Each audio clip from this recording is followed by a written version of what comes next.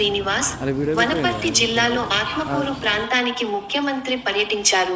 ముఖ్యమంత్రి ఆత్మకూరు మునిసిపల్ లో విస్తృత అభివృద్ధి కార్యక్రమాల శంకుస్థాపనలు, భవిష్యత్ కృష్ణానది హై లెవెల్ బ్రిడ్జి ప్రాజెక్టుల శంకుస్థాపన ప్రారంభోత్సవం, ఆయన ఆత్మకూరులోని సరిహద్దు ప్రాంతాల్లో మరియు మునిసిపాలిటీ పరిధిలో పలు అభివృద్ధి కార్యక్రమాలకు శంకుస్థాపనలు చేస్తూ ఇక్కడి నుండి మక్తల్లో ప్రజలతో సమావేశం.